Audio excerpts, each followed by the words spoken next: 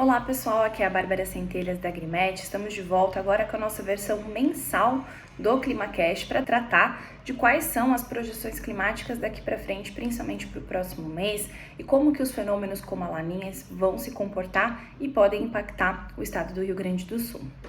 Bom, pessoal, antes de nós falarmos sobre as projeções climáticas, quero fazer com vocês uma análise das condições atuais, principalmente levando em consideração o balanço hídrico. Como esperado e previsto, ao longo dos últimos meses e das últimas atualizações de projeção climática, nós tínhamos uma expectativa para final de janeiro, fevereiro, de chuvas abaixo do normal. E isso claramente reflete na condição de disponibilidade hídrica no estado do Rio Grande do Sul. Como vocês podem ver no mapa à esquerda de vocês, a princípio, finalizando o mês de janeiro, nós tínhamos condições de armazenamento de relativo de água no solo muito baixas, muito críticas, algumas regiões até com porcentagens muito baixas, ou quase nenhum volume de água disponível no solo. Nós sabemos que isso gerou um impacto e vai ser responsável por algumas quebras em algumas regiões, e praticamente toda a região central, algumas regiões do noroeste e norte do estado estavam em condições críticas. Felizmente, a partir do segundo decêndio de fevereiro, nós vimos uma mudança, algumas frentes conseguiram avançar, ainda que de forma rápida, gerando algumas chuvas intensas, até em decorrência do calor excessivo que nós estamos acompanhando, ao longo do ClimaCast semanal, as ondas de calor que aumentaram bastante a temperatura máxima no estado. Isso faz com que a combinação de umidade e temperaturas elevadas nos traga condições de tempestades, temperaturas muito elevadas, chuvas intensas. Então, nós vemos uma mudança aqui no balanço hídrico. Claro que algumas regiões indicadas em laranja, em vermelho, ainda continuam críticas, mas, de modo geral, nós observamos uma melhora. Agora vamos entender o que nós podemos esperar para os próximos meses, e muito está atrelado ao fenômeno do El Niño Oscilação Sul.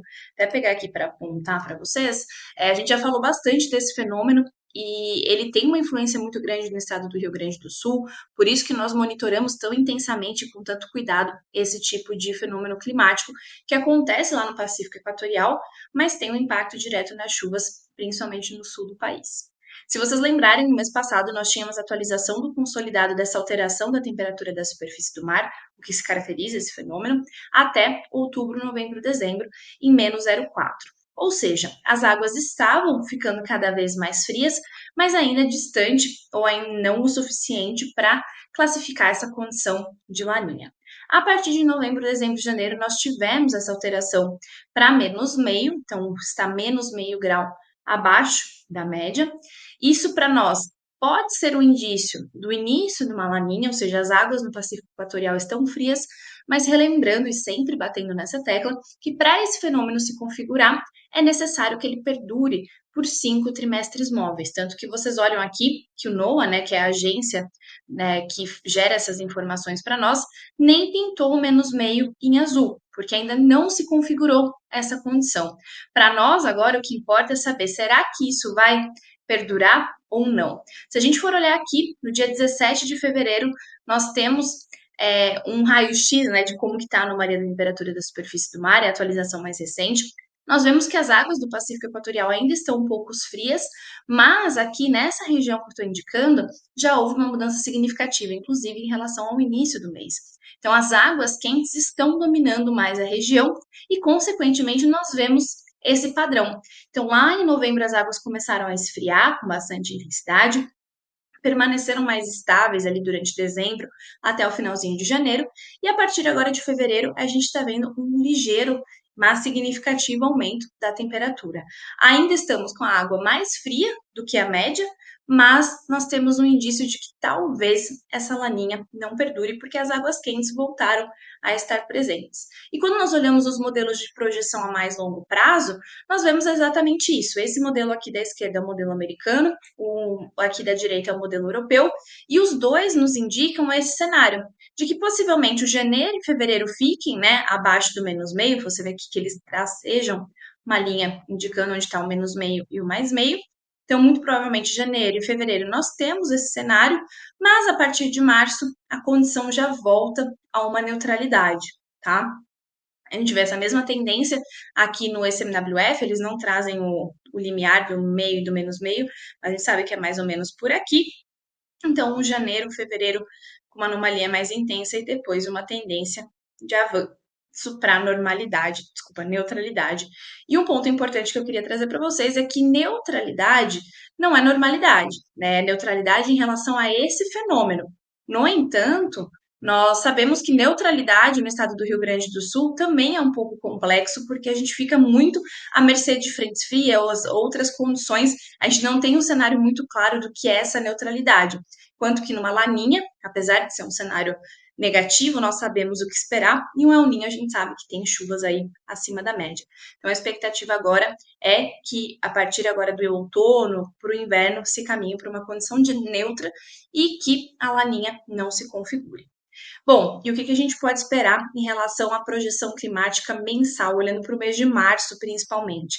Trouxe aqui os 3 modelos que eu trouxe também no mês passado, a diferença é que agora a gente está olhando exclusivamente o mês de março.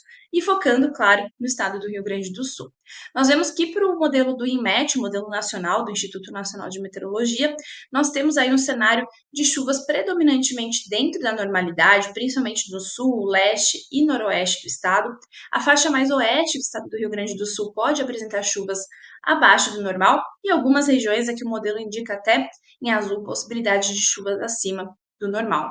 No entanto, esse cenário de chuvas acima do normal aparece apenas nesse modelo, enquanto os modelos internacionais que nós olhamos, então esse aqui central é o modelo europeu, e esse aqui da direita é o modelo americano, eles nos trazem um cenário não tão positivo. O modelo europeu prevê aí uma condição de chuvas abaixo do normal, oscilando de -5 a -25, ou seja, de pouca intensidade, mas ainda assim predominância de chuvas abaixo do normal para todo o estado durante o mês de março, enquanto o modelo americano ele tem um consenso um pouco mais similar, né, dadas as devidas limitações aqui, com o modelo nacional, com exceção do excesso de chuva, onde ele mostra que principalmente a região central, sul e oeste do estado podem registrar anomalias negativas da chuva, mas a região mais norte, nordeste do estado já podendo ficar dentro da normalidade. Tá? Então, esse é o consenso dos modelos de projeção climática para a chuva.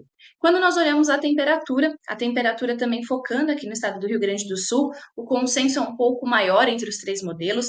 Então, o INMET indica temperaturas acima da média, podendo chegar até 1 grau acima do normal, né? Aqui a gente está falando da temperatura média do ar, e não de ondas de calor, que infelizmente esses modelos não conseguem captar esse tipo de fenômeno. Nós vemos que a maior intensidade das anomalias de temperatura ficam aqui na parte centro-norte do estado, enquanto o centro-sul também podem ter variações, mas menos intensas, e até ter chuvas dentro da normalidade. Esse cenário de normalidade não aparece nos modelos internacionais, e nós vemos aqui que predomina uma condição de temperaturas acima do normal.